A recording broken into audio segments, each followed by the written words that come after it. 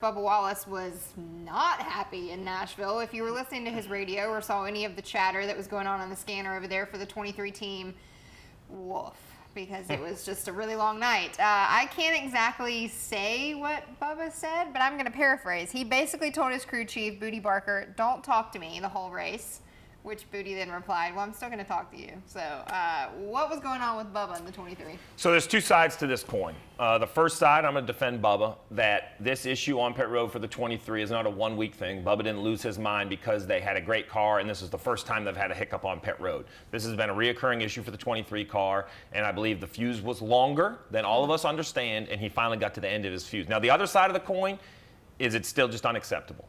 The simple fact is, a lot of people spend a lot of money, a lot of men and women work a lot of hours to get the best finish possible.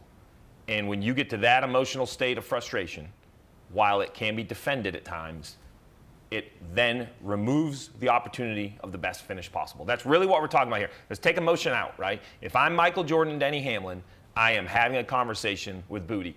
I am listening to his concerns, because like I said, Bubba's not wrong with some of the stuff he said. That's what makes this hard.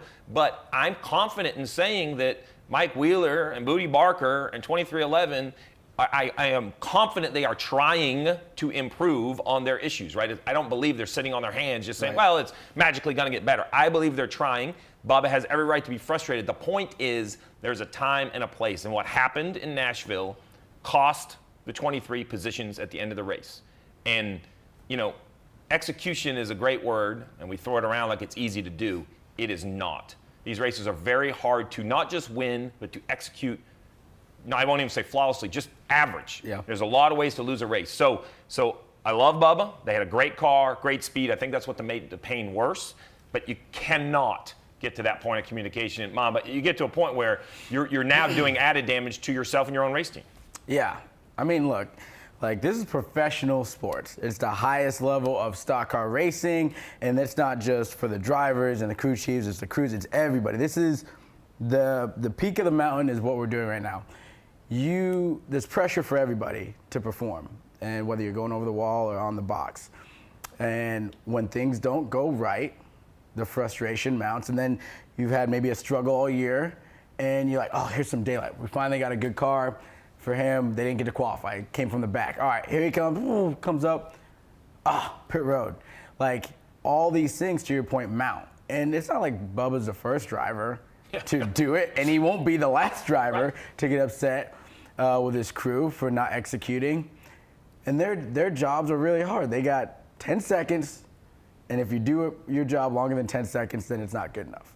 That's really where we're at. So, you know, the frustration needs to be, he's an emotional guy. We know that. He wears it on his sleeve, on his face, on his body, all over. But you got to be able to control that in certain situations, because you got to be a leader too. And that's the other thing that I want to ask you. Like, as a crew chief, you're basically like a coach, right? You're managing your people, and that's something that we always talk about offsets. Like, that was one of your best qualities. How do you manage the people like that? Well, I think the most important thing is you let Bubba know that his analysis of the performance is not wrong. You let him know that you're not happy with it, you being the entire race team, right? We're not okay with this, right? So we are trying to get better. But I think when it comes down to Bubba, I don't question his talent. I actually think his passion, while it can be encouraged at times, emotion and execution don't go well together. You know, I know that's hard to believe, but when you look at premier athletes in other sports, and even the premier athletes within NASCAR, in my mind, they have become the meticulous type drivers. The drivers that are running well week in and week out are the ones that can control their emotion and continue to operate at a very high level. I think that's the next step for Bubba. I think he needs to work on that. The good news is, I believe that's a learned skill set. You know, I worked very hard in my career to gain the skills of becoming calm on the radio, to trying to lead a team, you know, and I think Bubba can get it. And, you know, listen, Bubba's under a lot of pressure. His teammates won. Michael Jordan was in the house, right? So the most famous athlete in the world who owns your race team is there. He have a fast race car. All the Toyotas are fast. Like, I can see why it bubbled up. This will be a turning point. I'll say it. This will be a T in the road for the 23 team. I think it can be a positive if they circle the wagons and improve and come out of here. But if it doesn't move forward positively, it can also be, the splinter that kind of makes the season go apart. I think it's really up to that organization. We could talk about it all we want. It's what they do internally from here that really matters. It doesn't matter what we see. So I'll be really looking forward the next 2 or 3 weeks when things go bad, what the reaction is. As a crew chief, though, how do you not take those things personal? So I've always accepted the fact that I had the opportunity to climb off the pit box, get a water, take a deep breath, walk around. Drivers don't. Drivers are trapped in their vehicle. And it's very easy to feel like you're on an island. It's hot. You're by yourself. The only communication is non-personal. It's verbal over a radio. And you want it so bad. What makes Bubba a fan favorite is that passion, right? He wants it so bad. But we said this about Suarez a few weeks ago. How would Daniel Suarez run better? And I said he needs to try even a little less. Just be confident in what you have.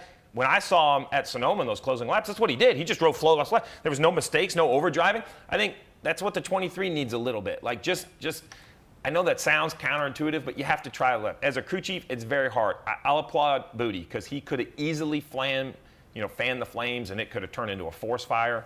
He didn't. And that's right. Really, that's why we're talking about Bubba, because if Booty snaps back, now we're talking about a more global thing. So Booty kind of did his part. Mike Wheeler's going to have a busy week, right? He's going to have a busy week. Luckily for him, 45 had a good run. So, look at us. So Kurt Busch, he's the calm driver, 2311. Look at Kurt Busch. Congratulations to veteran Kurt Busch. Just another solid day. Their other driver, though, they just need to have a little bit. But I think a lot of people believe in Bubba. He just needs to channel it the right way.